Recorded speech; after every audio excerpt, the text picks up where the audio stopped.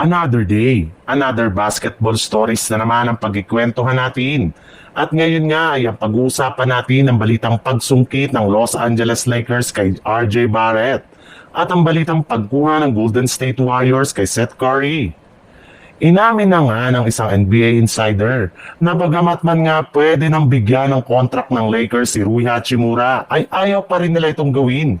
Sa ngayon nga ay prioridad nga nilang panatilihin si Austin Reeves kesa kay Hachimura na kasalukuyang questionable ang kanyang future sa Los Angeles Lakers dahil sa ginawang desisyon ng kanilang front office.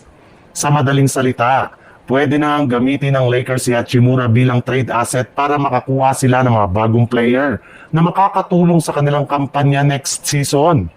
Kasabay rin nga ng paglabas ng ganyang klaseng balita, ay ibinulgar na nga ng isang NBA insider na plano na nga daw ng coaching staff ng Lakers na tanggalin si Hachimura sa kanilang starting lineup at paglaruin na lamang ito sa kanila ng off the bench. Papalitan nga siya dito ni Marcus Smart na maglalaro bilang kanilang starting power forward. And since nga hindi ito gusto ni Rui, ay mukhang siya na nga ang kusang aalis sa team sa mga susunod na linggo. Sa katunayan, isa nga sa mga target na player na balak ipalit ng Lakers kay Rui Hachimura ay walang iba kundi si RJ Barrett na kasalukuyang ginagawang available ng Toronto Raptors sa trade market ngayong off-season.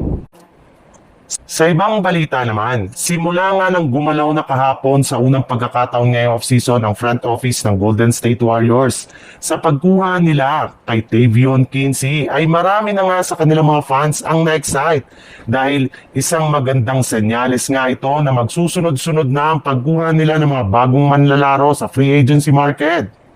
Susunod na rin naman nga daw dito ang tuluyan ng pag-trade kay Jonathan Kuminga.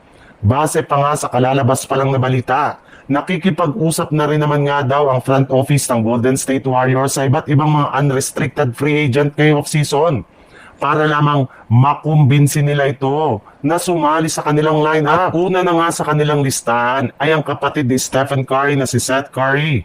Magkasama rin naman nga daw po ang dalawa na mag-ensayo buong off-season, kaya magiging madali nga para sa Golden State Warriors na kunin ito sa free agency.